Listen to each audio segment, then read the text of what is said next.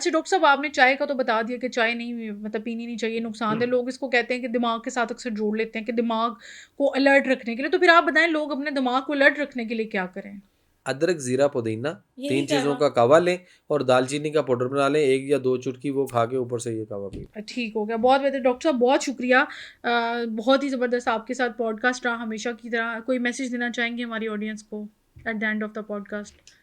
सिर्फ इतना कहूँगा कि बैक टू नेचर हो जाए, फितरत की तरफ लौट आएँ। मैं आपके घरों से बीमारियां निकालना चाहता हूं। हम आपके घरों से बीमारियां निकाल कर आपको बीमारियों से बचाने की कोशिश में लगे हुए हैं, और आप उल्टे कमेंट्स करके अपने आप को भी गुमराह करते हैं और दूसरों को गुमराह करने की कोशिश करते हैं। तो बाज आ जाएं, इन कमेंट्स का कोई फ़ायदा नहीं है, बल्कि अच्छा है अगर आप गलत कमेंट्स भी करते हैं तो आपकी अपनी क्या कहते हैं वो फितरत और नेचर और तरबियत जो है ना उसका पता चलता है। शुक्र अल्हम्दुलिल्लाह मैं MBBS नहीं हूँ, बहुत अल्लाह का शुक्र अदा करता हूँ। मैं वो डॉक्टर नहीं हूँ, वो डॉक्टर नहीं हूँ जो लोगों को पागल जो बना। अपनी माँ का, जिसके पेट में 9 महीने रह के उसका इलाज नहीं कर सकता, तो वो कौम का क्या करेगा?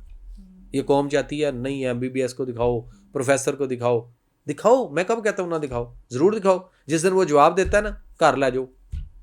या दूसरे शहरों वाले जो है ना, अब तो मीमे बन गई हैं, वो कहते लाहौर ला जाओ, तो जिन्हों कहते ने लाहौर ला जाओ, बस ये गया। इन्हें नहीं बचना है लाहौर। मेरा एक फ्रेंड है, डस्कस हैं, उनके बच्चे को उन्होंने जूता दे के भेजा बाजार में ना कि जूते को सही करा के लाओ, कि मरम्मत जूता ख़राब था उसकी अम्मा का शायद या अब्बा का। तो वो जूता लेके गया मोची के पास कि इसको ज़रा ठीक कर दो। वो उससे शायद कोई इस तरह का बिगड़ा हुआ था कि नहीं ठीक हो सकता था या उसे नहीं समझ आई, वो वापस आ गया। तो उन्होंने कहा ठीक नहीं हो क्या है, कि क्या मसला है इसका कि जूता क्यों नहीं ठीक हुआ? मोची ने क्या आख्या कहते मोची आंदा है लोर ला तो इस तरह के हालात हैं। तो भाई बचो काफरों के तरीका इलाज से, एक काफर ले डूबे आप, और हम उसमें फंस के रह गए हैं कि नहीं जी इनकी साइंस है। वो साइंस है, वो साइंटिफिक है। जो ये समझता है ना कि ये साइंटिफिक तरीका इलाज है, इसको साबित करे कि ये साइंटिफिक है, ये साइंस है।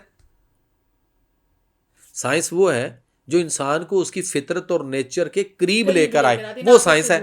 और जो उसमें बिगाड़ पैदा करके और दूरियों की तरफ लेकर जाए, तो उसको अगर कोई समझता है कि ये फिर भी साइंस है, तो ये फिर गलत है, तो फिर वो उसकी अपनी कॉमन सेंस उसको उसका इलाज करवाना चाहिए। ये साइंस नहीं है। बहुत शुक्रिया डॉक्टर साहब।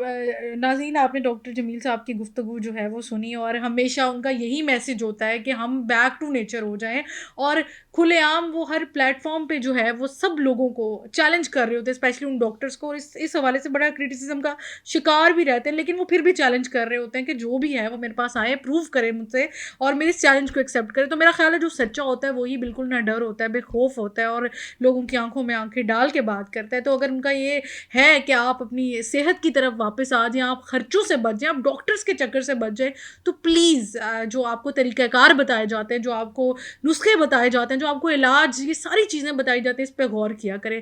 उम्मीद करती हूँ कि आपको आज का पॉडकास्ट भी पसंद आया होगा। हमेशा की तरह मुझे और मेरी टीम को दीजिए इजाज़त।